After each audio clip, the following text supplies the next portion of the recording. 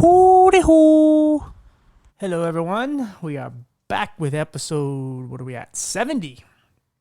We got a treat for you here. This is a really great guest, really good episode. This is a different type of episode, but it's still in the same vein of what we're doing. It's just, roughly this has nothing to do with people with disabilities for the most part, a little bit, but this is, again, because this podcast isn't just about that.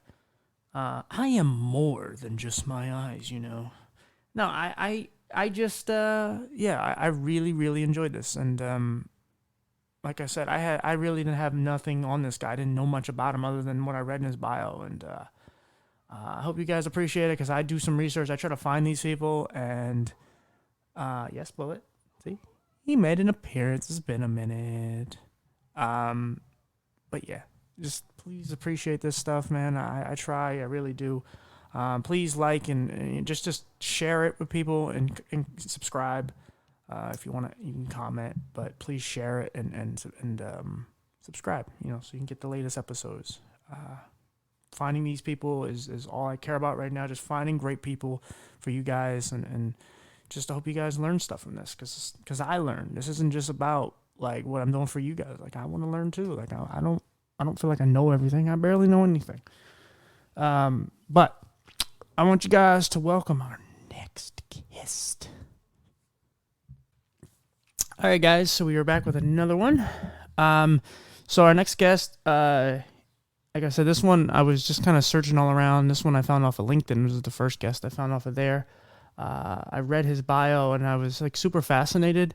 I knew it would be a little different, but I kind of like different because there's always those old sitcoms and shows that would have these like one-off episodes where they would talk about, I don't know, whatever it is, AIDS or cancer or something very out there that's different from the normal show, and it had a theme to it and so on and so on. And this guest is, we're probably going to delve into some topics that we haven't gotten to yet. So yeah, why don't you tell us who you are and just a little about yourself. All right. Well, I am Deon Joseph. I am a law enforcement consultant and public speaker, but my primary day job is I'm a police officer in the Los Angeles area, and I work primarily with the homeless in Skid Row. I've been doing that for 23 of my 25 years, and I've done it in various capacities as a patrol officer, undercover officer, training officer, and now I'm the lead officer in charge of the safety of people experiencing homelessness in the Skid Row area. I love my job. I love what I do, and it's been an incredible blessing. And the people down there are like my family, and they come from all walks of life. There are people who struggle with many issues, some with issues of addiction, some with alcohol, some with handicaps and disabilities, and then others, who are just trying to get their lives back because they're disenfranchised and no one else will help them. So I love my job. I love what I do, and I wouldn't trade it for the world. That's awesome.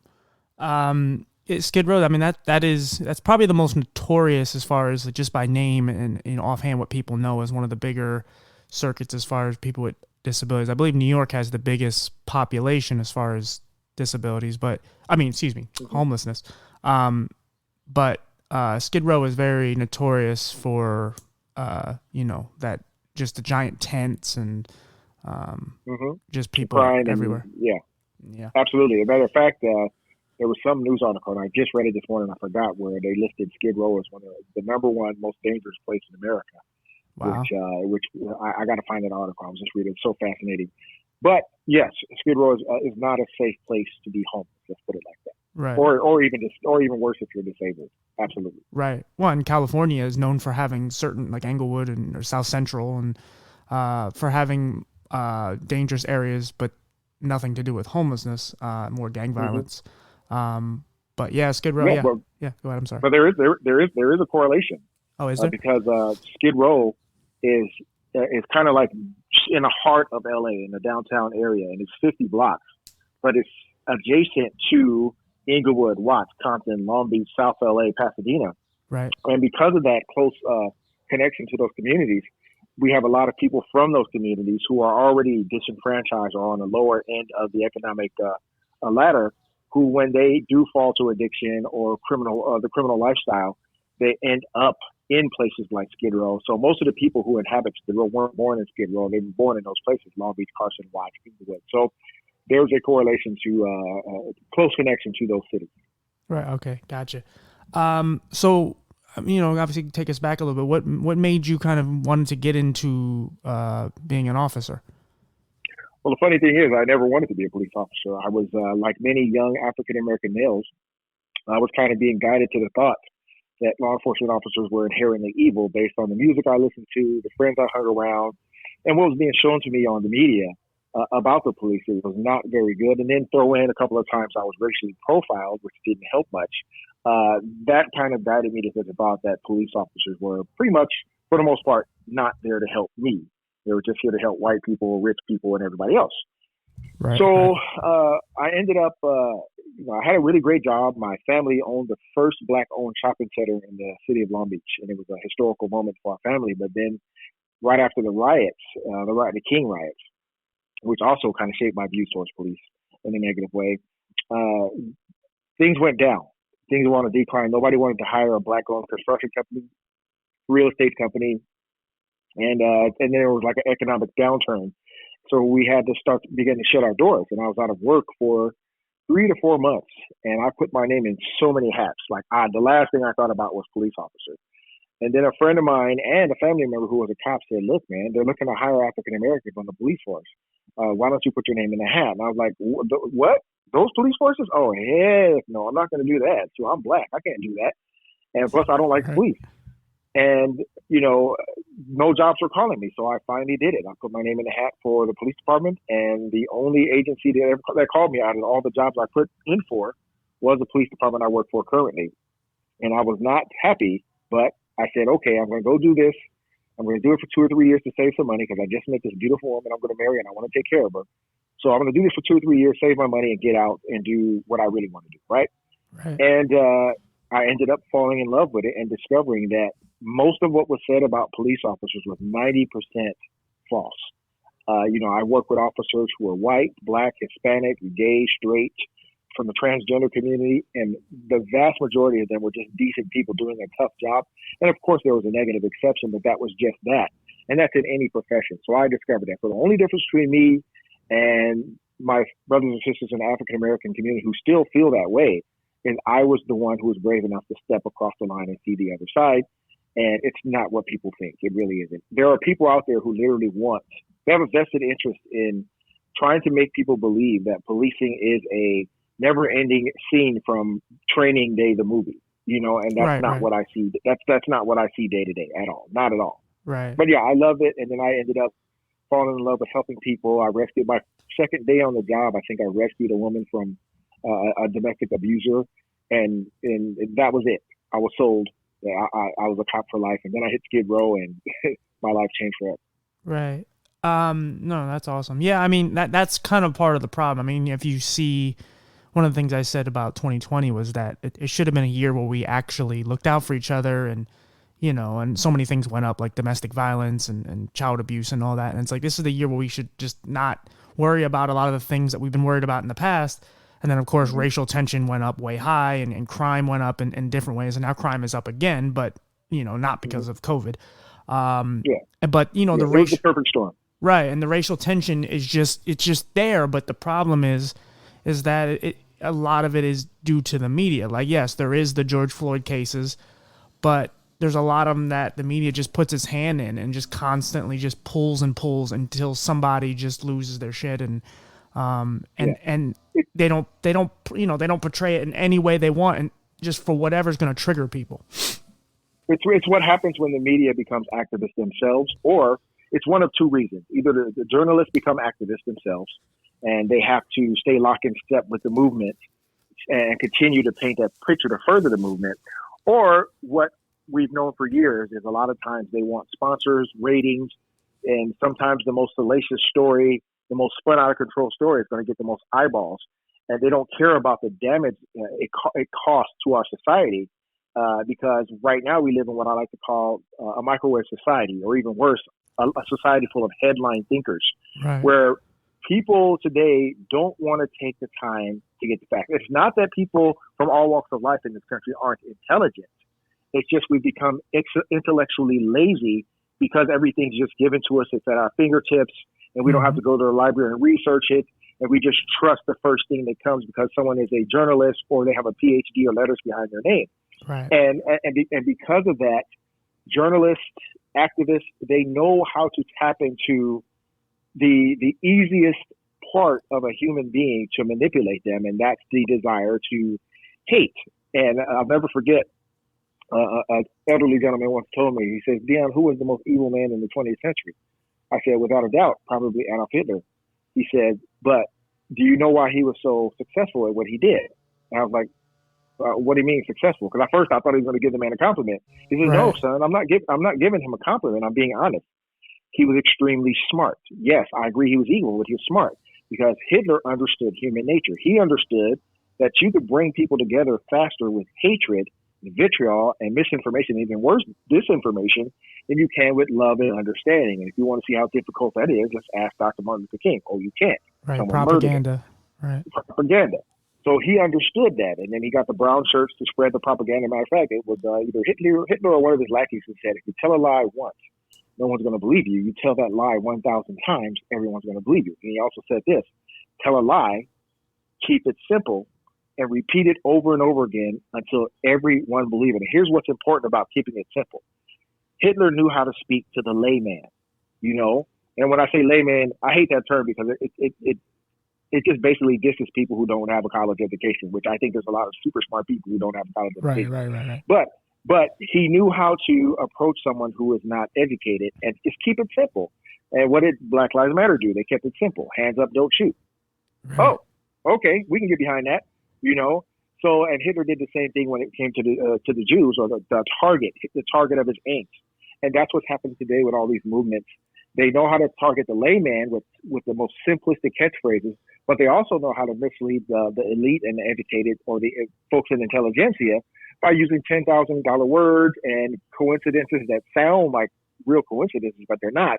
And they just mislead everybody because they have degrees behind their name or some notoriety. So we're living in a very, very, the most gaslit time in American history. And it's dangerous, not just for cops, not just for the people we serve, but for everybody in this country across all lines. We have to get away from that. Right. Yeah. I mean, it's all clickbait, you know, or, you know, everything is got to be 30 seconds. That's what TikTok and Instagram and all that. And everything is so instantaneous. And like I said, the clickbait stuff is you just put a headline just because I remember the first time I saw the George Zimmerman case. And one of the headlines was white Hispanic shoots unarmed black man or unarmed black teen. And I'm like, when have I ever seen white Hispanic? I've never seen that, like ever. And they had to throw white in there to get the eyeballs. Right. You know. and that's the sad part. It's like that's the first time I noticed it. And then of course, even it happens not even on a much smaller level with anything, just to read an article or watch a video nowadays.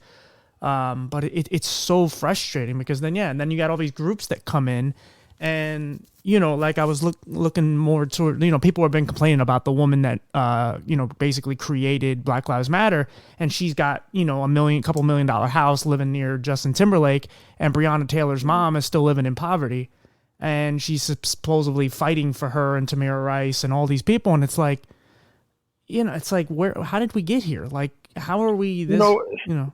Because a black life is exploitable. That's why. Yeah. Listen, you know, they always talk about, you know, when you hear the rhetoric from our detractors, why are we killing so many black people? Well, if you look at it statistically over the last few years, we killed twice as many whites. And people are like, oh, that's not true. But then you show them the data and it's like, well, then they go into the whole proportionality argument. And that is even null and void. But the reality is white lives aren't exploitable. I remember I was mentoring some teenagers, and they came up with the same questions. Why do we keep seeing you guys kill black people, you know, on TV or on YouTube? I said, because you're not looking for the white ones. So I on YouTube, I did it right in front of them.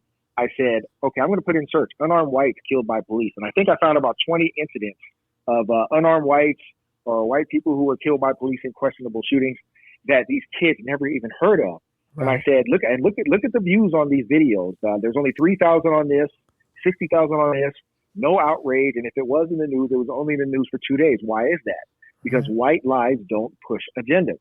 They don't get what race baiters want.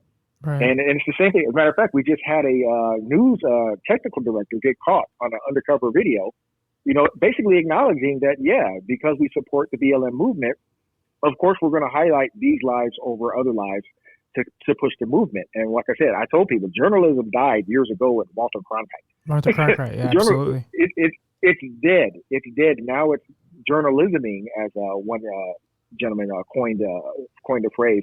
But that's where we are today, where we take black life, and the only way black life is valuable is based on the profession of the person that kills them or the color of the person that kills them. Yeah. And that's wrong. When we have on that right now, we're at 7,500 black people murdered across this country through just street violence. Yeah. We had a 7-year-old girl get shot at a McDonald's while she was with her dad. We had a dad walking his daughter across the street somewhere in another part of the country, and someone just walked up and killed him right in front of her daughter, right in front of his daughter. And nobody reports that. Nobody cares. So to me, I don't believe that a lot of these groups really believe that Black Lives Matter. Black lives are a mean to an end.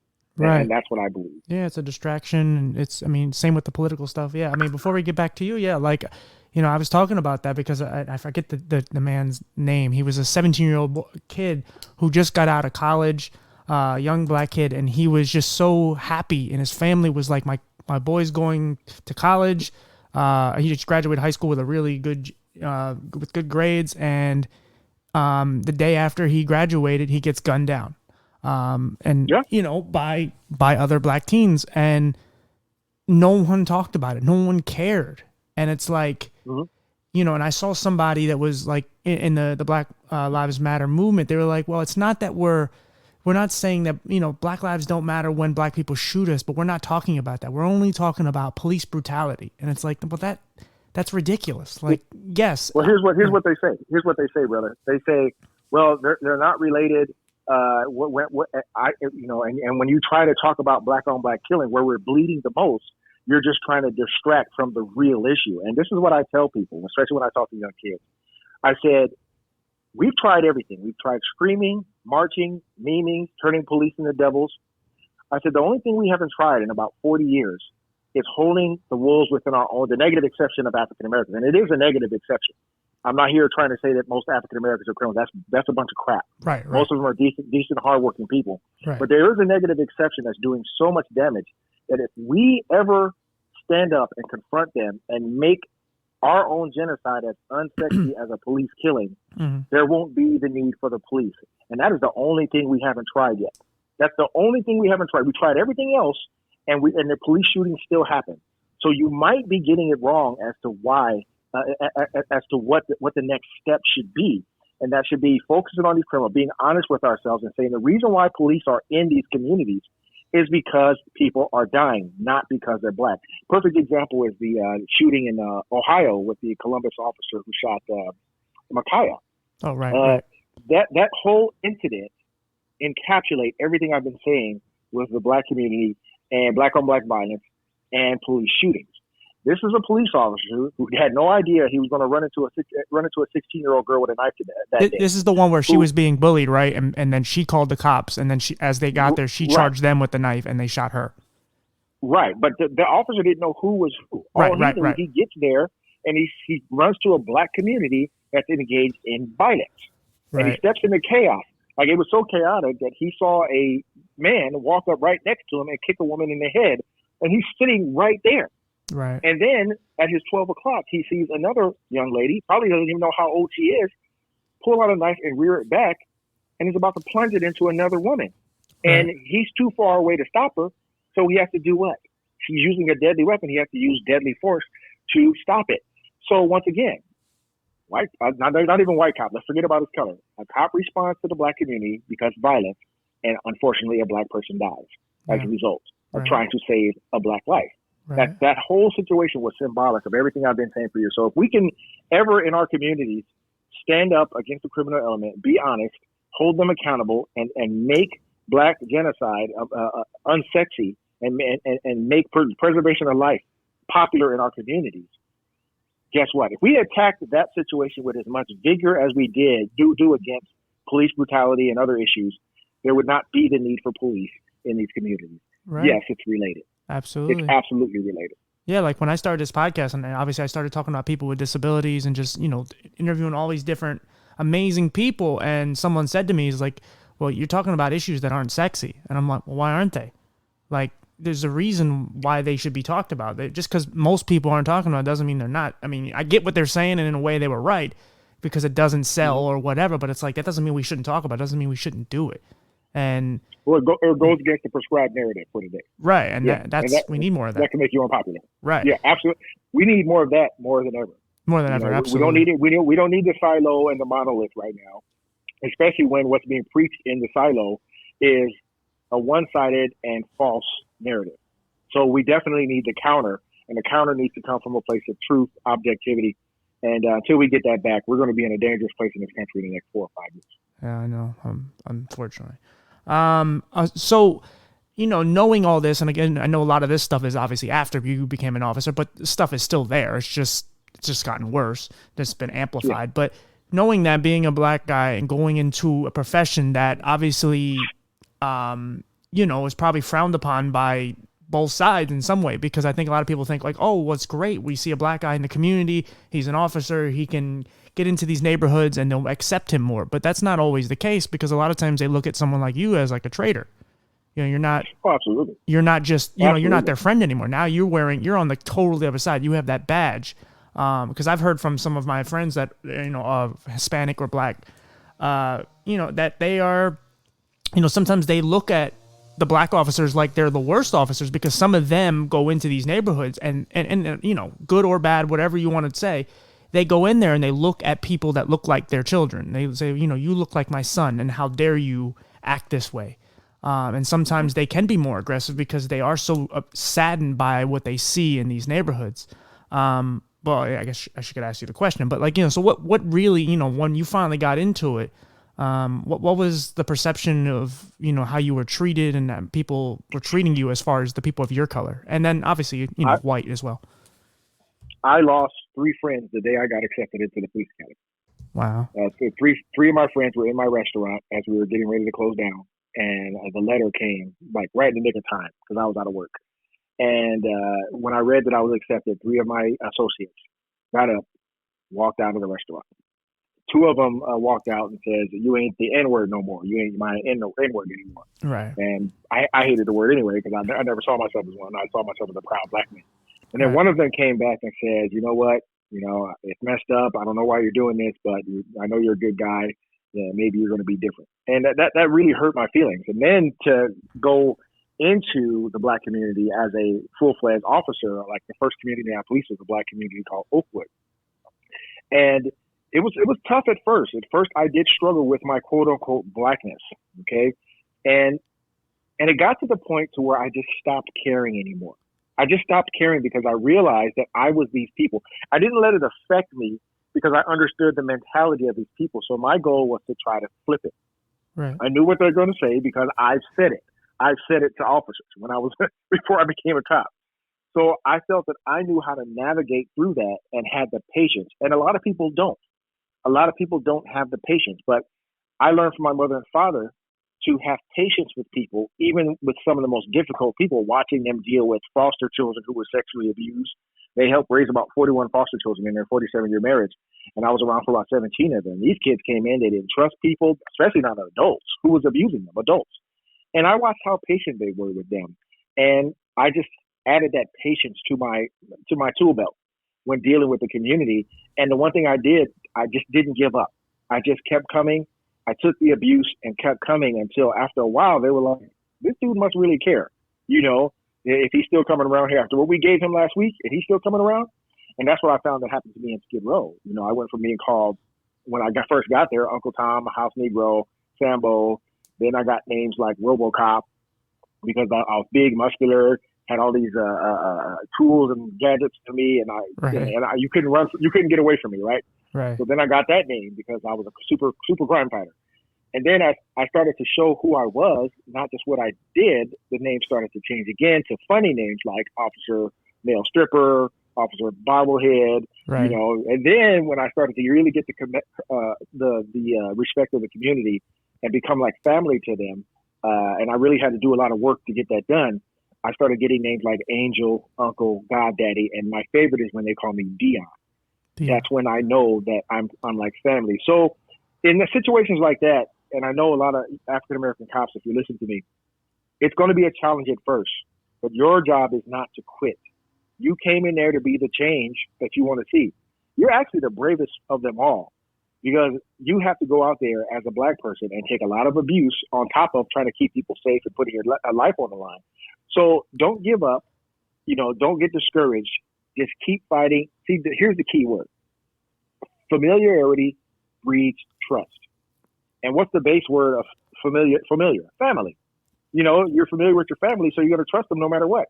Yeah. If you stay visible, you stay out there, you stay connected, you don't run, you stick your chest out and stand tall, at some point, they're going to respect you. Right. And that's just how I did it. Yeah. Do you, like, when you see some of the stories that come out, and the valid cops, the ones that really do stupid shit out here and really mess up, what is your thought on it? Like, do you just roll your eyes and just know, like, oh, how they're gonna take this? Like, this is another, nail in the coffin for cops. Like, oh god, here we go again. There's another cop that screwed up, and now we're all crap. My first thought is not that. My first thought is anger. Because like I said, and I know it sounds cliche, but it's true. No one hates a rogue cop more than the vast majority of decent cops, because when they're fired, when they get reprimanded, when they get sued, or when they get, whatever, go to jail or whatever, or lose their job, we're left to deal with the fallout of their actions, because people don't go, oh, that was just Officer Johnson. No, they say that was police officers. Yeah. So it disgusts me when they rear their ugly head. But I also don't look at see, there's been controversial shootings, right. Right. But every controversial shooting wasn't a bad cop. No. And that's what I try to tell people. Every shooting must stand on its own. You can't say because one cop is white that he's guilty of killing somebody because he was involved in the shooting with somebody black. You have to look at the totality of the circumstances and the context. There are shootings that, like, I totally disagree with. I was very vocal in my disagreement. The Walter Scott shooting, that was a clear case of murder. And that was one of those cases where I could say in my heart, and even though I'm still speculating, that there was some kind of racial motivation there, because the way he shot Walter Scott was as if his life just meant nothing. Like, he just didn't want Walter Scott on the planet anymore. Right. Then there was the Laquan McDonald shooting. There was no justification for that. I don't know if there was racism involved with that guy. I don't know the officer's heart, but Laquan McDonald was not an imminent threat. He was a threat, but not an immediate threat to anyone. And that officer jumped the gun and killed him with 16 shots unjustifiably. And that disturbed me. And when I saw that, I had hatred towards that officer, not police officers. And no, I didn't want to throw my badge down and quit because of what he did. What was the other? Eric Gardner. Somebody, because Eric Garner was a large man, decided to use a chokehold when he was being passively aggressive. He wasn't being aggressive. He was being what we call passive resistance. It just means he didn't want to go. He's filling his arm, but he's not fighting police officers. There was no justification. And then the Oscar Grant, that one pissed me off to the highest of festivity when I saw that. I don't know if you don't know who Oscar Grant is. There's a movie based on his life called Fruitvale Station. Well, this officer had no business having his gun out on a call like that. It was like a low priority situation. It was probably just for a train violation or something like that. And he pulled his gun out just to intimidate everybody and shot Oscar Grant in the back. See, these things I don't condone or justify, but there are other situations that I tell people, look, before you judge the officer, look at the totality of the circumstances. I understand why Philando Castillo was shot. Right. I 100% understand that based on the facts. And the fact is, he told the officer he had a gun. Traffic stops are some of the most dangerous stops that police officers could be on. And the officer told him not to move, and he still moved anyway. I don't care if the gun was legal. We've had officers killed with legal weapons. What about Jacob Blake? Jacob Blake, same thing. Yeah. Jacob Blake, what they told us with Jacob Blake was that two cops showed up and killed a black man or shot at a black man because he wanted to go to a party. That's what they told us. Yeah. That's what the media told us. But the truth was they tried to stop him, and they were trying to arrest him because he committed allegedly a sexual assault against, I guess, his ex-girlfriend. And then took her ATM card or something like that and started spending her money. And he wasn't even supposed to be there. So the officers were actually heroes in that circumstance by trying to stop him. Right. And then he had a knife in his hand, and the officers, if you notice, you could see the knife in his hand as he walked to the car, and the officers maintaining their distance. What does that state? That states that the officers are still giving him every opportunity to give up and comply after he just got through fighting with them. Then he goes to the car and opens the door and reaches under the seat. If anybody, if it wasn't a cop, you would say, "Oh my God, he's going for a gun." Yeah. And he still had the knife in his hand. So, but the officer also recognized that there were two kids in the car, and if he let him go and to get into the car with those kids would have been in danger. So yeah, I agree with what the officers did. They had to stop him from running off with those kids, and so the media lied to us about that one. And social media, social justice warriors and actors and activists and the NBA, everybody else was involved on this big lie. And it was crazy. What was the other situation? Mike Brown. Mike Brown, yeah. Mike Brown was not killed for being black and jaywalking. Like I said, that's what they tell the layman. He was killed for being black and jaywalking. CNN, MSNBC, all these news stations just put it out there just like that and didn't give us any real details. Well, the truth is, he was warned twice for jaywalking, and then the second time he was warned, he assaulted the officer in his car, punched the officer, and then when the officer tried to stop him, he grabbed the officer's gun. Why do we know that? Because the microfibers of the gun was found on Mike Brown's hand. Yeah. First, a warning shot was fired. Second shot actually hit Mike Brown, but not fatally. Mike Brown runs. The officer did his job. He's supposed to go out and try to apprehend the suspect. Sure, I wish he would have had backup with him, but that's not what he had at the time. Right. Mike Brown stops, turns, and he had his hands up, but not in surrender, based on what the 40 witnesses said, for what it sounded like if he was charging back at the officer. And based on that, the officer, based on him grabbing his gun before, had every reason to believe that Mike Brown, forget the color of his skin, a 6'4", 300 man who was charging at him, was going to try to take his weapon again. And based on that, the totality of their circumstances, I understand why Mike Brown was shot. I'm not saying I like it.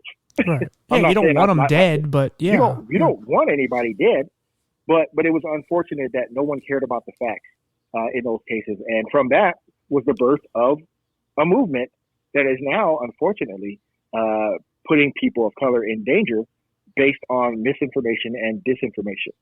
And it's really sad. It's really sad what's happened. Right.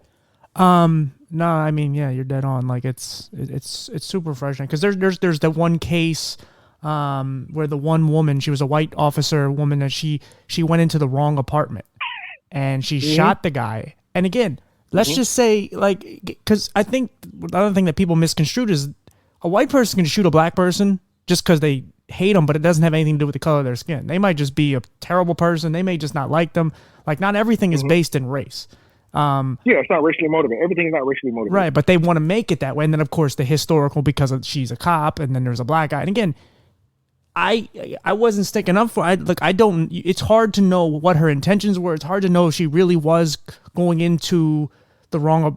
She thought she was in the right apartment, and she went into someone else's. I mean, because you're an officer. You've had some very long days. I'm sure you're tired. You've made some weird decisions. Of course, you didn't do that, but it's like, you can see how that could happen. Of course, maybe she wasn't Go ahead, I'm sorry. That actually, let me tell you, that happened to me twice. Oh, really? I worked a 20-hour day one time. And I back then, in my early years, I lived in an apartment in the Valley. And the apartment complex just looked the same all the way around. And gotcha. There was a apartment just directly beneath mine that, literally was shaped just like mine. So I get off the elevator, I get off the wrong floor. And I'm putting my key in the door, and I can't get in. And I'm like, what the hell? Did my girlfriend just change my locks, right? And I'm pushing. And I look in the window, and there's this old lady looking at me like, wrong house. And I'm like, oh, my God. So that I could see that happening. I even walked out of the store a month ago, and there was a black a car that looked just like mine. And I'm sitting here trying to open the damn car with my keys. And I can't get in it. And then the guy's like, sorry, buddy, that's my car. I'm like, oh, crap. So it's being a cop doesn't make you superhuman or infallible. No. Okay. But that's what people want to do. They want to make it seem like they want to put us on such a pedestal to where they want people to believe that we're robots who can make no mistakes, so that when we do make a mistake, they can hyper focus on that and push certain and use that to push certain agendas. Of course, what happened to that young man was wrong. He didn't deserve to die. We all agree with that. I agree with the sentencing. It was a mistake, but I think there was time for her to assess and go, wait a minute, this is something's not right here. Instead, or she could have backed out and requested backup in that situation. But I do believe she made an honest mistake in going to the apartment. Right. So we make them all the time. We are human beings. We're made of flesh and blood. We're not perfect. Absolutely. We're not. So, I mean, you said before that you were racially profiled. Obviously, that does happen to a lot of black people. It's not something that people just, it doesn't just get made up.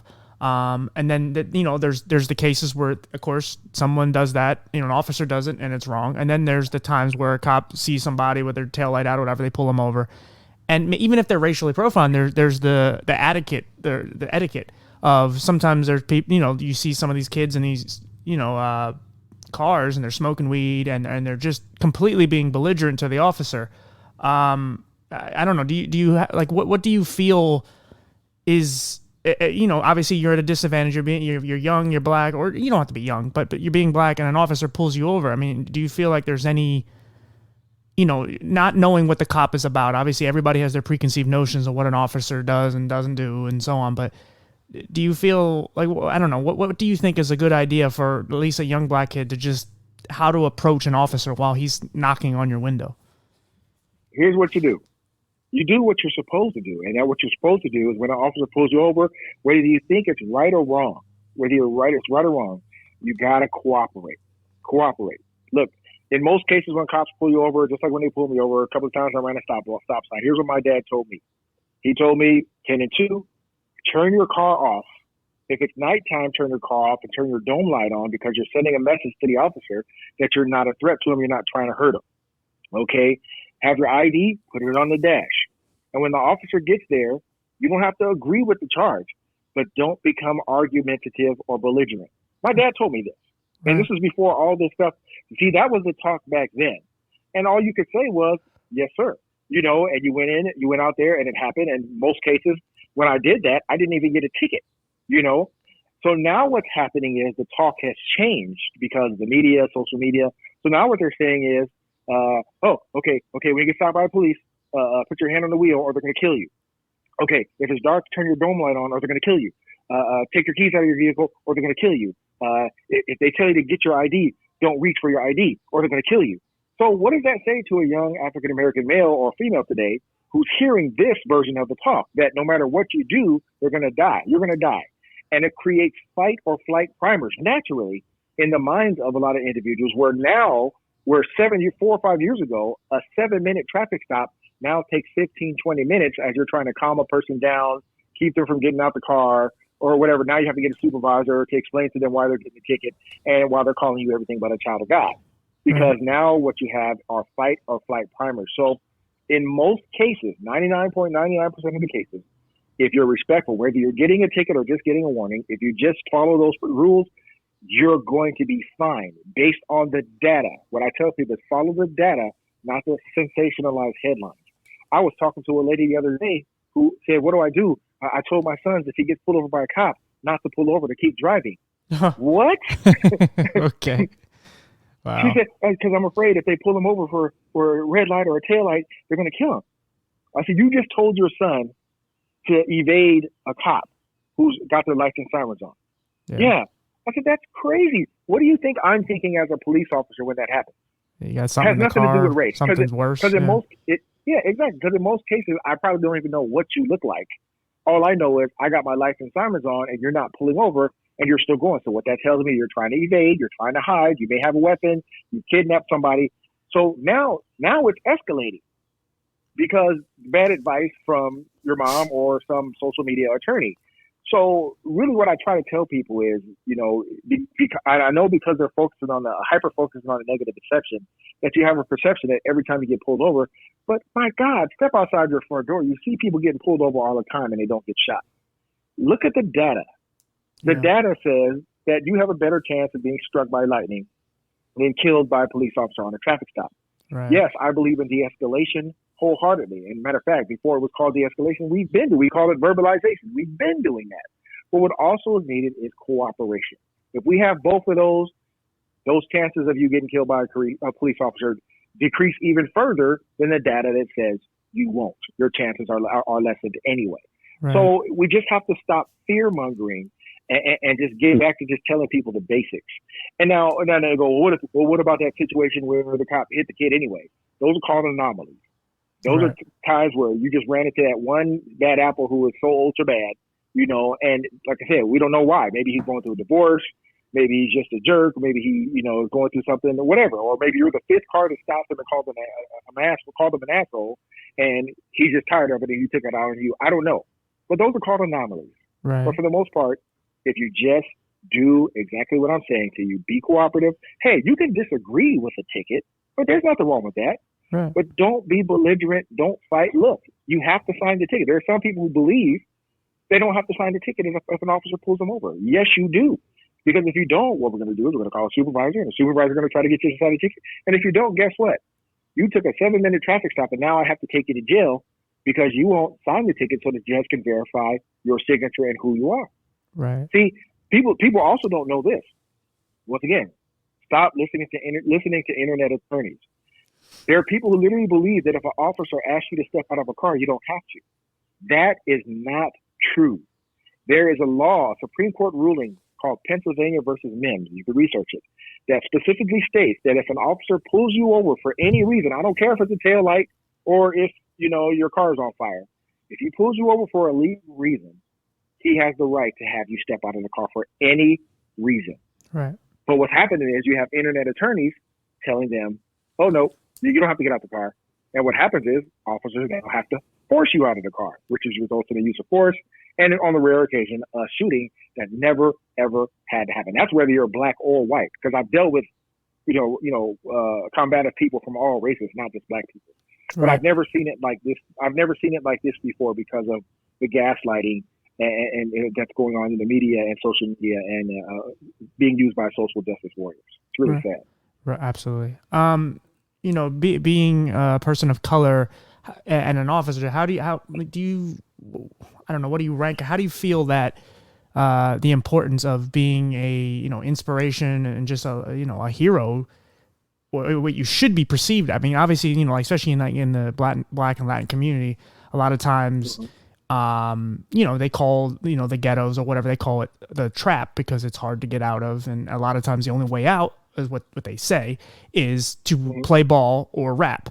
Right. But how do you? I mean, how important do you feel like an officer as far as just being inspirational and just going? I mean, yes, you don't make $6 million on an album or dribbling a ball, but what you do is so much more important. Yeah. So I mean, I save more lives than any detractor who criticizes me on a daily basis. On a daily basis, I've saved more black lives than them. But what I say is this: look, I don't look for accolades and awards. I really don't. I really don't care. No good cop cares about that. My definition of a hero is somebody who goes out there and not only protects people who love and revere them, but also the one brave enough to protect and give the same level of love and service to people who fear and hate them. And that's what I do on a daily. I don't care if you love me. I don't care if you hate me. I'm going to give you my absolute best. And if you see that enough, you're going to stop hating me sooner or later. And that's kind of how I operate. So I don't see myself as a hero. I really don't. That's just not something I run around thinking about all day long. But thankfully, to a lot of people where I work in Skid Row, because I was able to show them who I am, not just what I do over the last 23 years, a lot of them see me as a hero to them. And that's amazing to me. And it can happen. It's not going to happen on a macro level, especially today when we have so much writing against us with social media and anti-police media and all that. So much writing against. It's never going to happen like it was years ago. But on a micro level, in your community, in your small sector, I just find that when you're the best version of your authentic self, you're going to have that small community having your back. And Skid Row has had my back for all these years. That's how I see it. Right. No, because the people that are the most important as far as just out in the communities are, the nurses, the teachers, the doctors, the officers, the firefighters. Those are the people that really matter. And again, there's nothing wrong with, looking up to a musician or whatever, because some of these people do have real struggles and they did make something of themselves, and it's fantastic. But it's unrealistic, and it's less likely. And even if you get a record deal, that doesn't mean you're going to last. Just because you made a winning 3-pointer in high school doesn't mean you're making it to the NBA. Right. And so people, and you probably more so, you and probably, teachers are probably so important because you're constantly dealing with them on a daily basis. You see them all the time. You're interacting with them, and but with you, especially, like if you're arresting their cousin, they probably look at you like, ugh. But it's that's the stuff that we need more so of, because you're, in some ways, you're considered the anomaly, and it shouldn't be that way. Like you just Well, yeah. that's the thing I tell people, and I even have friends in the media who on the down low will tell me, say, Dion, we know how frustrated you guys are with us. We try to tell the truth. We try to tell more balanced stories, and that's what's needed right now. If they showed more or gave the statistics on traffic stops where we don't get into shootings, or if they showed more, I don't want to say necessarily the good, because I don't like seeing, oh, these cops are face painting with kids today. That's not police work. Right. That's not good police work. I don't want to see, oh, cops are giving out a toy drive. That's not good police work. That's just going above and beyond and just being a decent person. To me, a good cop is that officer who goes out there and stops drug dealers from selling drugs in front of drug programs. A good cop is the guy to go and stop some dad from molesting his child.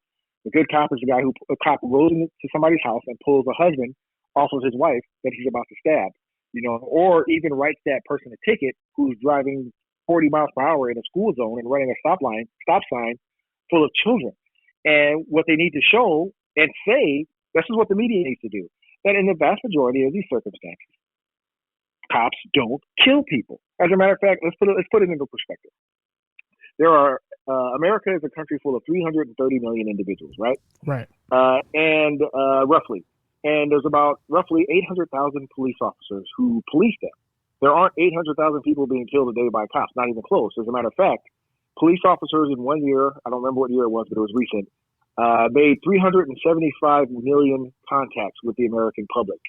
And 999 people out of all those contacts were shot by the police, were killed by the police. Now, if you put that in the calculator, do the math, that means you have a 0.00000016 chance of being shot and killed by a cop, no matter what color you are. Right. And if you go by that puts it in perspective. But they go, but still, 1,000 people is a lot of people. Given, of course, if you say it like that, if you keep saying 1,000, 1,000, 1,000, right. You can't just keep throwing numbers out there. There are stories behind them. We police in the United States of America, a country that was founded by the gun. A country where people have Second Amendment rights, they have guns, and we have people who abuse those rights and get guns illegally. This is not Britain. This is not the Netherlands. These are none of these places. This is America.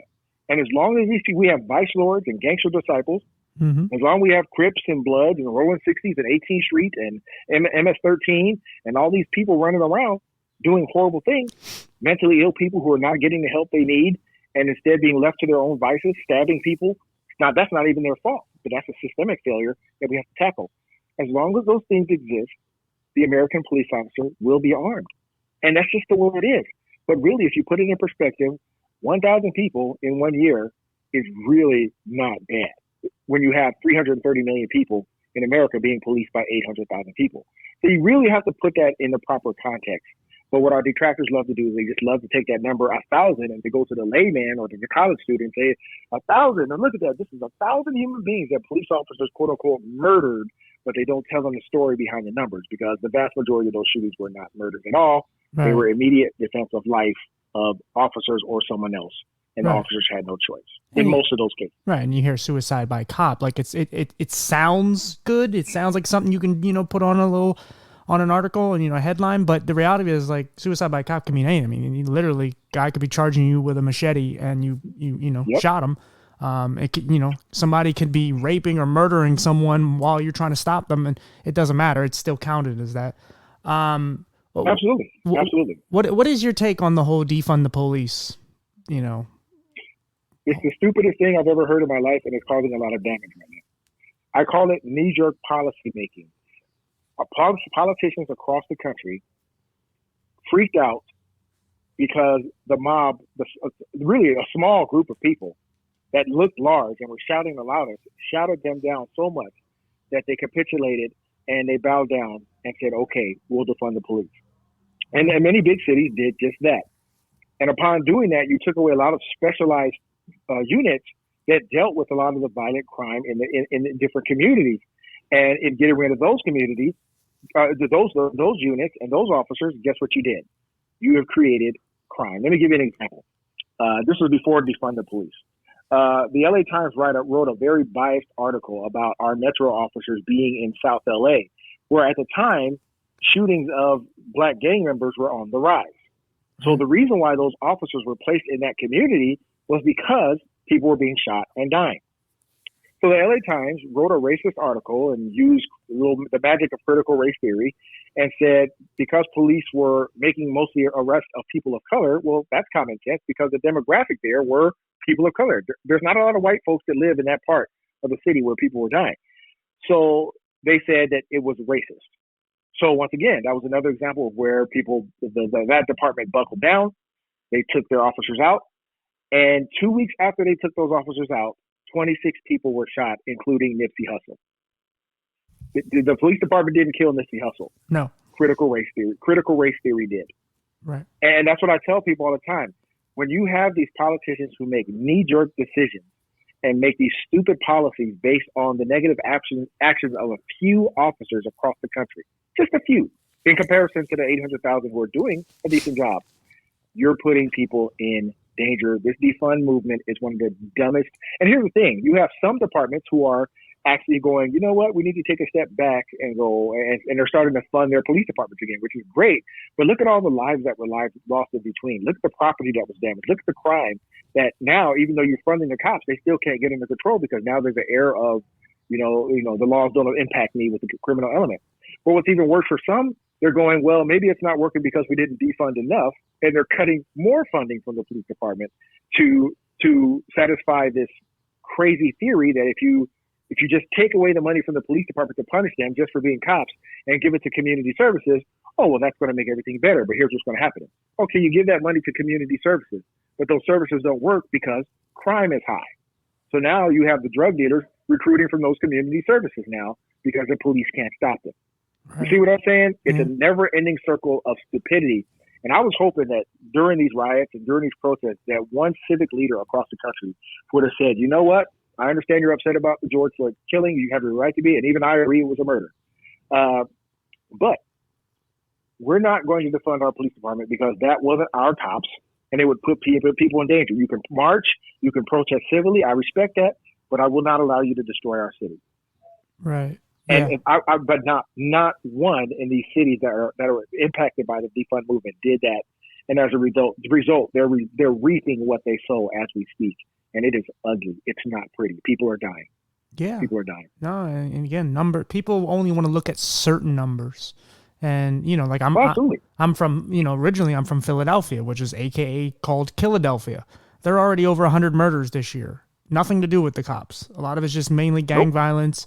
And it's sad, and there's some great parts of Philly. I love Philly.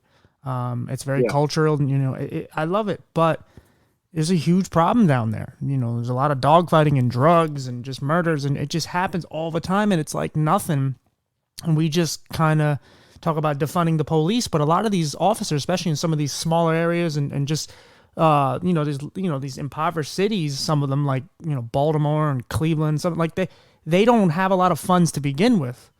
And they may need new vehicles. They may need new, weapons or just computers or whatever. They need new equipment. And then you take away more money. It's like, and then that's why some of them, I believe it was Portland, Oregon, during some of the riots, officers weren't answering the calls. They just said, screw it. I'm not doing it. People were outraged, and it's like, what do you want? Atlanta did it too. Atlanta too. Yeah. And it's like, they just left. Yeah. It's like, what do you want us to do? And it's again, I don't look. That's why you guys are just put in such a terrible position because there's really nothing. There's no winning answer. You just got to try to do your job the best way you feel you can do it. And of course, the truth is that police officers and people of color are pawns in a very thick chess game of politics. Absolutely. That's what it boils down to. Especially when it comes to the media, when it comes to politicians. Here's the media. Not all media. I won't say all media, but some. Years ago, you want something sexy for the 6 o'clock news, you show a black criminal breaking into a house. That's all they show was black people killing each other in communities. So, which gave the perception to the world that all blacks were a bunch of criminals, which is absolutely false. Right. And then when the anti-police sentiment started showing up post, I'd say Mike Brown, Trayvon Martin, then the news was like, oh wow, wait a minute, people don't like the police now. Well, we got to work on that. We got to build on that. So then they started making it about the police were evil and they're the bad guys and they're the problem. So now what we have is the media having a field day when they can pit people of color against police officers. Now they're having a ratings boom. And now politicians are in on the act. Like with the politicians, they make me sick. Like I'm sick to my stomach by politicians right now, how they gaslight us all and they throw cops under the bus and they make false promises to people of color, and then pit us against each other. Mm-hmm. But we're basically pawns in a very, very divisive game. They say what they think people want to hear to get them in office and then completely turn on them, And what's dangerous now is not only have they turned on people of color, but they've also turned on the police too.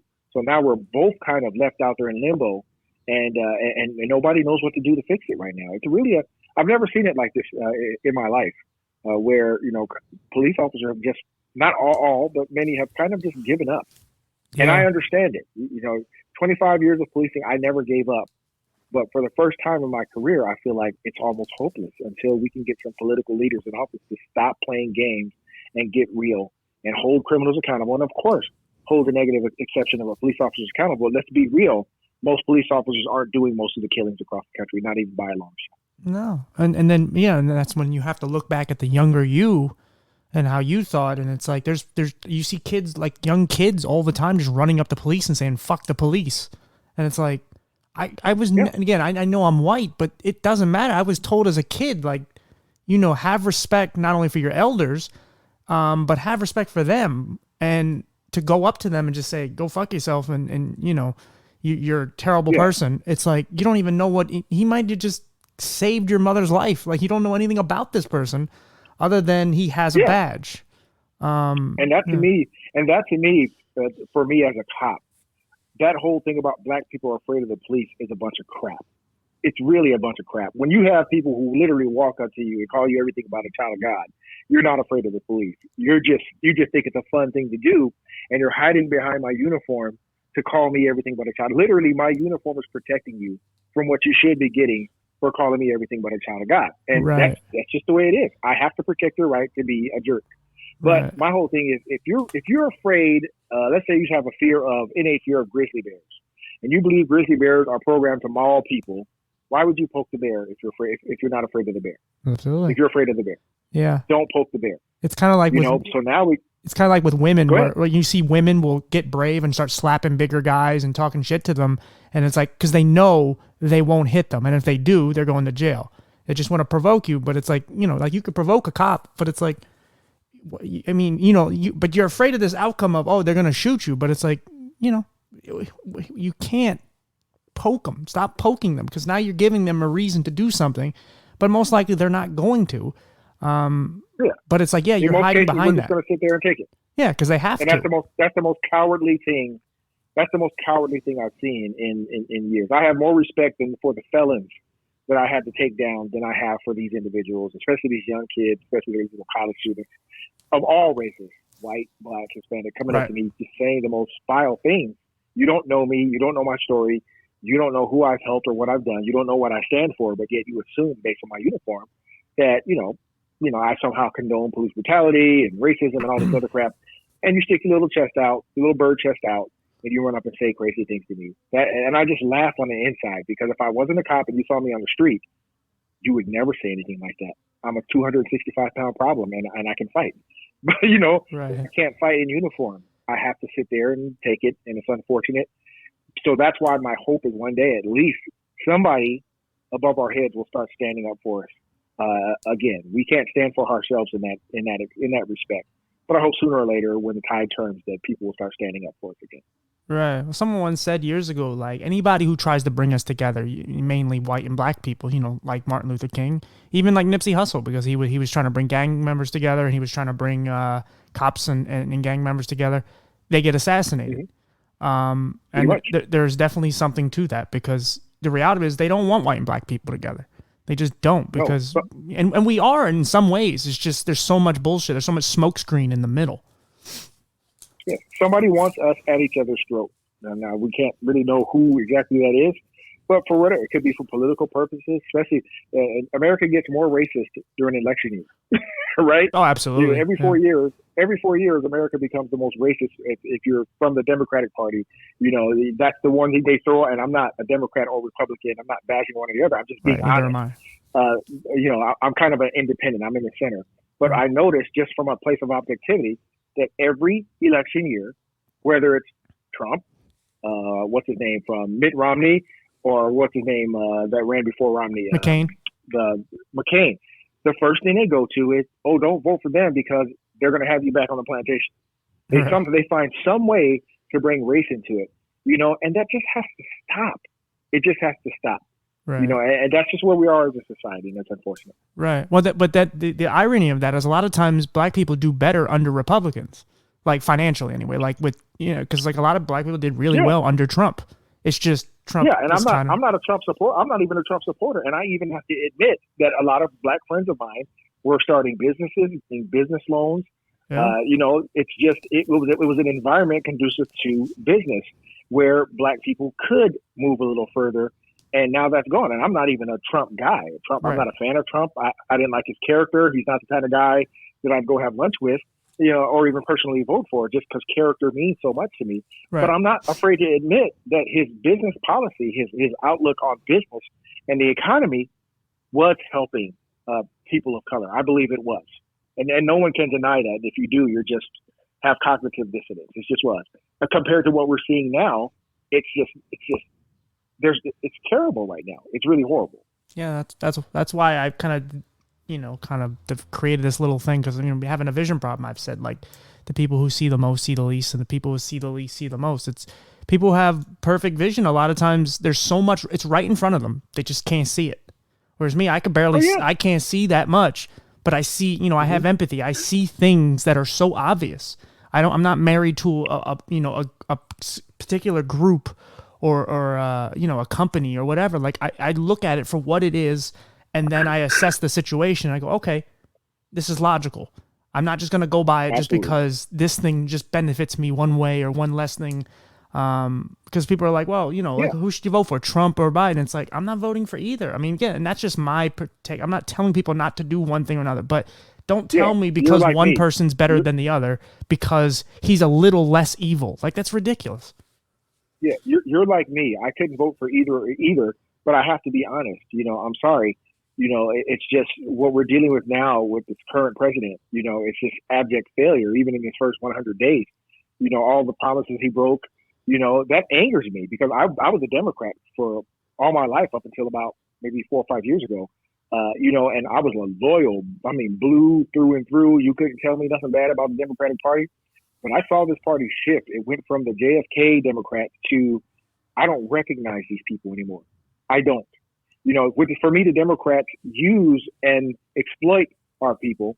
And I always felt that Republicans just never really cared, period. Right. that was my, and I still feel that way to this day. And that has to change. I just don't understand why we can't find some independent, middle of the road, objective type of leaders anymore. But you either have to be extreme right or extreme left, and it's killing our country. It really is. Oh, and with the politics, they use race with that. It was just, the Black Lives Matter movement basically said to Biden afterwards, like, hey, you owe us now because we helped you get that win. And I don't know if you've seen, there's a clip that came out with that legendary judge, Judge Joe Brown, and he's talking about how Biden, he used to work with him and be around him a lot, and that Biden used to say things like, black kids were cockroaches.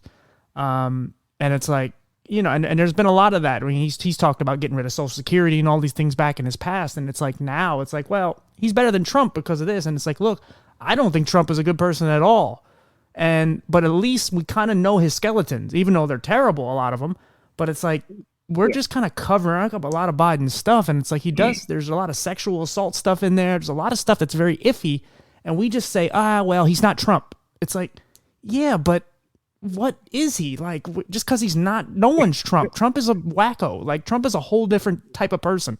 Biden is not, like, I honestly, like, I'd rather someone be honest and hate me, you know, like whether he doesn't like black people or does or whatever, however you want to go with it. I'd rather him, you know, and I'd rather benefit underneath him, and I'd rather him say he doesn't like me than from a person who pretends to like me and I don't benefit at all underneath him.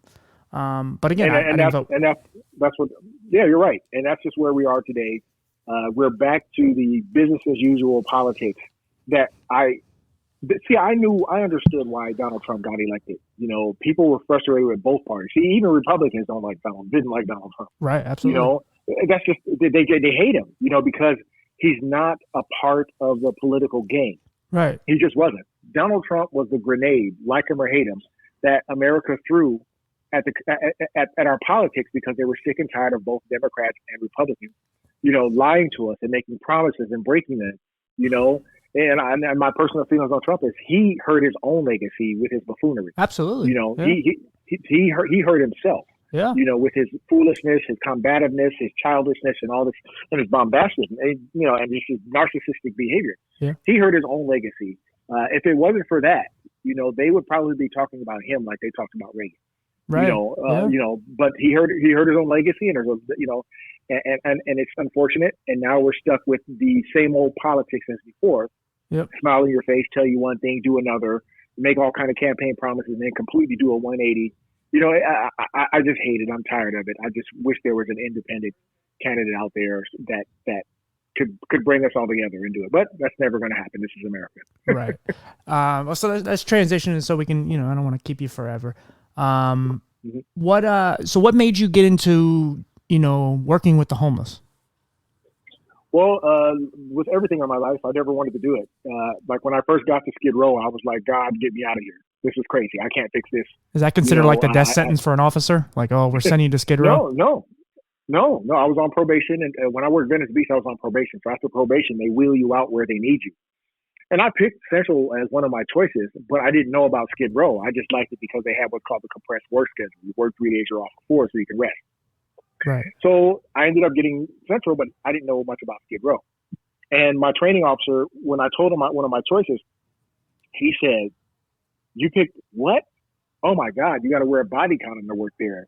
The homeless are out there, they're dirty, they're nasty, they have needles in their pocket, you're going to get stuck by a needle and catch HIV. The cops are fat and lazy. People having sex on the sidewalk, smoking dope right in the steps of the station. Oh my God, Dion, it stinks and there's no place to eat." And I was like, oh my God, I'm a germaphobe and I like to eat. Please don't send me to this godforsaken place called Skid Row. Wow, so okay. when the order came out, I was assigned to Central, and I was like, man, what did I do, God? So I ended up going, and I remember the first day driving there, it was like I was looking at the beautiful picturesque skyline of downtown Los Angeles, which is basically the West Coast symbol of America's economic might and power. And I said, this can't be that bad, that Central Division. Look at all that money. So I get off on 6th Street, and I'm right at the base of the skylines, and I'm seeing people in business suits and briefcases, and I'm like, wow, this is not bad. I mean, come on, what is my training officer talking about? But you know how you get to some places and it kind of, you know, there's about a 1.5 mile stretch of land that warns you first before you end up in the bad part. Right. There was no warning here. I crossed Spring Street, and it was like I tripped and fell into Mad Max Thunderdome, Waterworld, you know, name a natural disaster movie, and I was in it. And everything my training officer said was true. There were people having sex on the sidewalk, trash piled to your knees, tents on fire, mentally ill people walking in and out of traffic with wristbands on. Like someone just dumped them out of a hospital. But the one thing that he was wrong about was the cops weren't fat and lazy. They just weren't supported by the system that told them to go out and combat that. Because Skid Row at that time in the early 90s, late mid 90s that was LA's dirty little secret. That was the containment zone where everybody sent all their problems so they didn't have to deal with them because they had services there. Right. So after seeing that, I wanted to go. But then I thought I was going to catch a break because my first 2 months there was spent at the front desk. But the front desk, there was no break because it was in the heart of Skid Row. And every 15, 20 minutes, someone would come into the station bleeding, cheek slashed where you could see their teeth, arms broken backwards where they could swing it 45 degrees the other way. Another guy came in with his intestines hanging out. And the common thread with all of these victims, clearly they're victims of crime, is they all said the same thing. I don't want a police report. I got to live here. Just get me the hell out of here to a hospital. And that's what we did. It was unfortunate. Then after about 2 months, I was actually assigned to Chinatown. And I was like, thank you, God. Chinatown's great. There's culture. There's nice old people in the park stretching and doing Tai Chi. Great eating spots. I don't have to deal with this crap in Skid Row. And I was wrong because I spent more time with radio calls in Skid Row because it was so ultra violent than I did in my own beat, Chinatown. And there I saw homeless people getting raped, assaulted, stabbed, and it was like nobody cared. I remember taking a report from a guy who had been stabbed in his stomach, slashed on his stomach, and he's sitting on the curb. And I was like, dude, who did that to you? And he points to a guy walking down the street. And this guy is just calmly walking down the street to the next block. And I'm like, what? So I go down and I arrest him. And I say, dude, you're going to prison. I'm sending you back to prison. And he goes, no, you're not. This is Skid Row. DA is going to look at this case and he's going to reject it. I was like, there's no way. So I went to the station and I wrote the greatest police report I ever wrote. And I'm from the Long Beach Unified School District. I wasn't the greatest English major, right? I struggled with dangling participles and antecedents all my entire life, still to this day. Gotcha. But I wrote the greatest, most detailed police report ever for a victim of a homeless victim who was a victim of a crime. And 2 days later, I saw the guy walking down the street. And he goes, I told you. In anger, I went to the detective and said, what the hell happened? I wrote the hell out of this report. It was an honest report. The truth was in it. What happened? She said, the DA rejected the case because the victim was homeless and had a drug history. Right. And that infuriated me. What it told me was that above our heads, these people didn't matter. Right. And I don't believe because somebody's a drug addict or because they're homeless that they're any less of a victim, like as if they were somebody in Beverly Hills. They're no less of a victim than someone in Beverly Hills. So anyway, more incidents like that were happening, and I was inspired to stay and fight for those people just based on my family upbringing. My mom and dad dealt with the homeless, foster children, people who had been thrown away, standing up for the poor. And after about 2 or 3 months, I was at home and I never left Skid Row, and I kind of became like a champion for them. At first, I wasn't well liked because my police style was, okay, I'm here, I'm seeing all this injustice, I'm seeing people preying on the homeless, I'm going to arrest everybody and their mother until crime stops. And that didn't work. I was arresting drug dealers, murderers, rapists, and they were just getting out. But about 7 years later, I became a senior lead officer, and I learned from those experiences, and I decided, you know what? I'm going to stop, and I'm just going to be there for these people. And I would walk foot beats and take over blocks, and I wouldn't leave. And I found that to be more effective than actually arresting people. And then when I did get an arrest, it was a better quality arrest. I did damage because now the community gained my trust, and they were providing me with information on the real problem children in the area. And I was able to get injunctions and get people barred from the area and send a lot of people to prison and guide detectives and narcotics detectives into engaging in a task force that really did some damage out there. And that's how I was able to do it. And that came from just wanting to be there for a marginalized class of individuals who no one else cared about but us, the police. Right. So that's why I've been there ever since. And I don't plan on leaving anytime soon unless they throw me out of it. Yeah, I always tell people how people what really caught my eye with how homeless people are treated. There's a place in Philadelphia, an area called Kensington Ave, and it's a place where basically people are shooting up needles. There's homelessness. There's homeless people there. People are just kind of getting away with whatever. And there's a guy just going around killing prostitutes and homeless women. And he did it for 2 weeks. Just killed. It was like, I believe it was around 12 or 13 people. They couldn't catch him somehow. And all of a sudden the next day he killed some woman that was random that shouldn't have been there. She just turned the wrong way, and they found him the next day, like within 24 hours. And it just showed me, it's like, okay, they couldn't catch this guy for 2 weeks, but all of a sudden now this random girl just kind of ends up falling into this area, and they caught him instantly. It's like they didn't care. They never wanted to catch him. They didn't give a shit. In a way, maybe they felt like he was cleaning up the area. I don't know. But it's like, wow, it's amazing, like how, because it's the only community that you can say that when your community is getting bigger is a bad thing. Yeah. And it's really sad Yeah. because, you know, when I interviewed the one woman I had on here, Jewel, she, you know, she told me about, even though she was totally blind, and she said even the disabled people are treated worse than the homeless community. Like they are the low, and Ooh. it's like because they have a harder time getting into hospitals, and they're considered liabilities, and so on. And it's like, man, like, and there's even a hierarchy in that community, and you know, yeah, and it's just they're so poorly treated, and you know, people just immediately assume like the preconceived notions of them is like, oh well, you know, they must have a substance problem. That's why they got there, but that's not Yeah. always the case. Yeah. Yeah. It's not always Yeah. the And that's case. what I try to tell people. It used to frustrate me when I was trying to help this guy named, I call him Will. And Will would stay drunk. Oh, he would drink more alcohol than water. This guy just never, but he was also a veteran suffering from PTSD and a Right. whole host of other things. And like, he's in a wheelchair, but everybody I tried to get to help him was like, oh, he's just a drunk. No, Yeah. it's a whole lot deeper than he's just a drunk. You know, and that's what would frustrate me. Unfortunately, a lot of people who struggle with disabilities and who have disabilities in Skid Row, you know, you're right. They just see him as, oh, you're paraplegic because you smoke meth. You know, like what? How did you make that Yeah. correlation? Yeah. You Yeah. know? And it frustrates me so badly that some of these people are on the streets. We have hospitals who dump these patients into the street who still need medical attention. Patient dumping is a real ugly practice that hospitals engage in. And the police department, us, we were the ones who exposed it. You know, it wasn't some activist group. The activist groups looked the other way when it happened, because the more downtrodden people in the area, the more they can prostitute the image of homelessness for money that these individuals never see. Yeah. But we were the ones who exposed this ugly practice, but it still goes on to this day. People who are in need of hospice care, therapy, they're just left out there, and the only people that can take them but aren't equipped to handle them most of the time are the shelters, who are great programs, but for the most part, they're not equipped to deal with a lot of the medical issues that some of these people, some people are facing right now. So it frustrates me. That's why I always talk about decentralization. You know, I don't want to see one program in Skid Row close. There's about 108 programs. We need them all. I just don't want to see another one open up in Skid Row. We have 88 cities in LA County.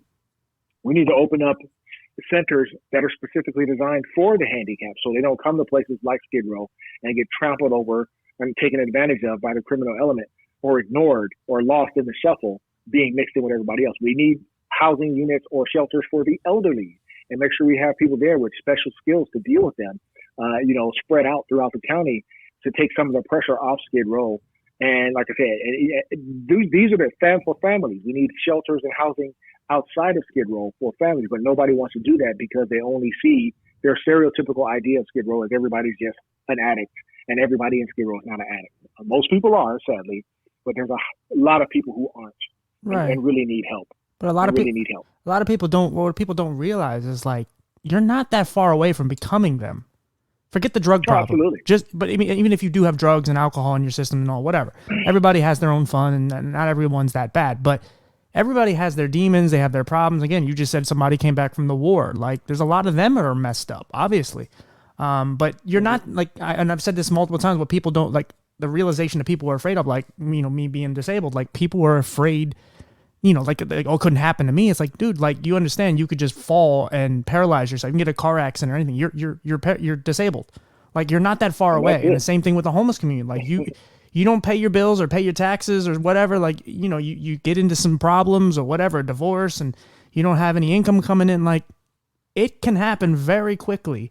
And again, it's a community that doesn't care. And it's like, if you don't care, if you don't look out for those people, you know, if you believe in karma, it should be one of the things you should try to like take care of, because they need the help. And it's like, absolutely. And you got to understand that there's four kinds of people in Skid Row, like anywhere else in the United States of America. And, you know, the first group is good people. Most people in Skid Row who are experiencing homelessness, and they like the term unhoused. I'm so tired of these politically correct buzzwords. They're just ridiculous. So right. I'm just going to call them people experiencing homelessness. Right. Most of these people are good people who are just disenfranchised, trying to get on their feet.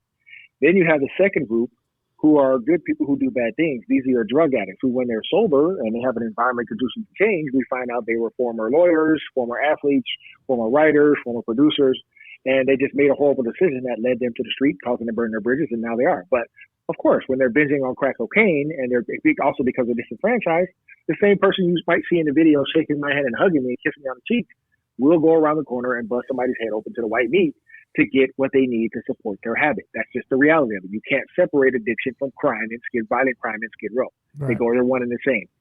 Then you have a third group, ex-convicts. These are people who've made mistakes, but they can change if you give them a proper environment and proper resources. Right. And then you have the career criminals. Now, here's what's different between those four groups in Skid Row juxtaposed to anywhere else in the United States of America, is that the good people in Skid Row have to look the other way to keep from being victim of crime. That's just the reality of it. Mm-hmm. The good people who do bad things, your drug addicts, they stay on the bad side longer because the temptation to fail is just too great. How do you get clean when the drug dealer is not only outside of your allowed to be outside of your drug program, but also gets into your drug program or low-income supportive housing unit? How do you get clean when that's happened?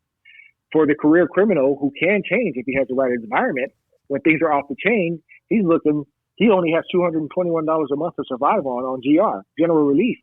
But he's looking out his window at the wine cart and he's seeing drug dealers pass thousands and thousands of dollars a day. What choice does he have? If I can't beat him, I might as well join him. And the last group, the career criminals, they pull all the strings, run into credit activist groups when we put too much pressure on them to stop us from trying to stop this lawlessness by any legal means necessary. And it works because we can't beat the narrative. They can dress down as homeless and say that they're homeless victims, and the police are just there to systematically oppress them. And everybody's buying into it. So that's the reality of Skid Row. And until we get real and see it for what it is, it's not going to change anytime soon. I don't care how much money you throw at it. You can throw billions of dollars at it. If you don't know the real reason why 2/3 of those people are in the streets, and that's addiction, if you don't accept that and acknowledge that and acknowledge that they need a push, whether it's enforcement and mandatory treatment, if you don't realize that, you're not trying to solve it. If we don't change the rules or the laws regarding mental illness, which currently, if someone is in crisis and they meet our criteria, or even worse, they suffer from dual diagnosis where they're mentally ill and addicted to drugs, guess what? The only thing we have for them now is a 72-hour hold. And that's not even 72 hours anymore. They just take them to the hospital, let them sit there for 6 hours, sprinkle some pills on them, and ask them if they're okay. And of course, when they get asked that question, they clean up and they say, of course I'm fine. And they go outside the door, and guess what? They find more drugs, and the cycle continues. Yeah. So until you change those laws and make it 72 hours, instead of 72 hours, make it 6 weeks, because that's the time it takes for them to actually benefit from the therapeutic attributes of their medication. Until you change that, and until you get housing for them, those people, and get not housing, conservatorship. And we streamline the conservatorship process. Until we do that, this will not change. And we'll be talking about this 20 years from now. Yeah. Did you see any change with COVID? Like as far as the difference in the amount of just growing and Yes. Once they heard that there was a stay in place order, that you can pretty much come to Skid Row and camp out and no one can touch you, no one can tell you anything. And this has been going on prior to that. Basically, the whole world started coming. We started getting people from Colorado, Chicago, Cincinnati, all these other places, other parts of the state. And they would try to get comfortable in Skid Row, but they couldn't because the gangsters wouldn't let them. If they don't recognize you, they're going to tax you, abuse you, to the extent that you get tired of it and you go end up being homeless somewhere else because Skid Row is too dangerous to be homeless. So that's why we're seeing homelessness explode. We're not pushing them out. The police department's not pushing them out, but now it's exploding in Venice. It's exploding in the north part of the division. It's exploding all over the place. So now there's not just one Skid Row anymore. It's everywhere. It's in Orange County because poor mismanagement, horrible policy, and a lack of willingness to see the reality and stop. We need to stop politicizing policing and homelessness and to see it for what it is and attack it from a truth-based foundation. And once again, until we do that, this thing is going to exacerbate even more so. Right. Gotcha. Just finishing up here. So like of all the things you've accomplished and, everything you've learned off this, like what do you think is like the biggest lesson that you've learned of your journeys of being an officer? Biggest lesson I learned is the best thing you can do as a police officer. It's noble to go out and crush crime and load the backseat of your car with as many bad, evil people as possible. I think that's noble when the system is working for you. But when you have a system that's working against you right now, the best thing to do is to be as visible as possible to deter a lot of the crime. And that's just a Band-Aid approach, but that's all we got right now. That's what I've learned. And even when I was most successful, there was a period where we made Skid Row relatively clean and safe. That's what I did. I stayed on the most dangerous blocks until the drug dealers left. So your visibility and your bridge building is going to be so much more important than just arresting everybody and their mother when you have a system that doesn't support that. So that's what I've learned in our current circumstance. Awesome. Well, I thank you again for doing this. Oh, no problem. Yeah, I mean, people say, there's always these silly monikers or whatever, like, oh, you're doing God's work and all that. And I'm not even that religious, but what you do is amazing, and you actually are making a real difference, even if it's not on the biggest scale in the world or it's not publicized or whatever. What you do is great, and it's absolutely needed. Again, you are a real role model out here, and just keep doing what you're doing, and keep being a voice for not only the color of your skin, but just men, just for people, for just humankind in general. Just keep being you, and like I said, thank you again for doing this. I will, man. Thank you so much for having me. It was a pleasure talking to you, brother. Yeah, brother. Yeah, keep in touch, and like I said, I hope the best for you. You too. Take care. All right, man. Bye. Yeah, guys, that was J. Cole, get out of here. I'm gonna get sued. I was listening to music. Yeah, guys, that was cool. That was different. Honestly, I really didn't know where it was gonna go, and then I say that all the time. Like, you never know where anything's going. Yeah, I'm visually impaired. I bump into stuff. Haha.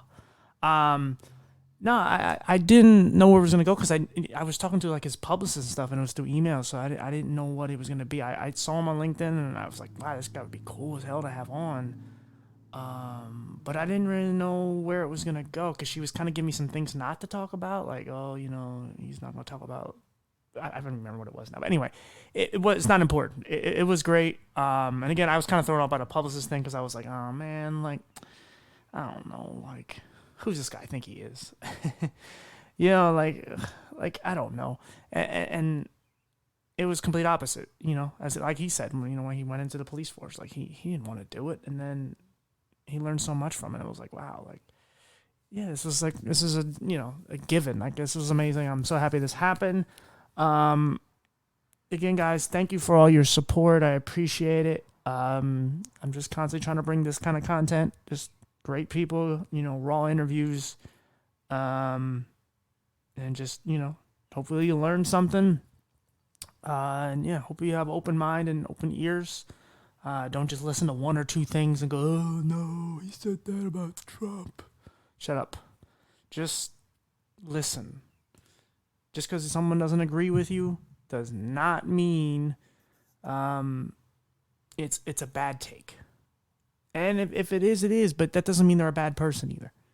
Every bad person has good qualities, and every good person has bad qualities. And if you don't think that, then you're an idiot. Anyway, let's just piss off the rest of the people. All right, guys. Seriously, thank you again. Thanks to Dion. Yeah, fantastic guest, and I thoroughly enjoyed this. So I will see you guys on the next one. Bye, guys.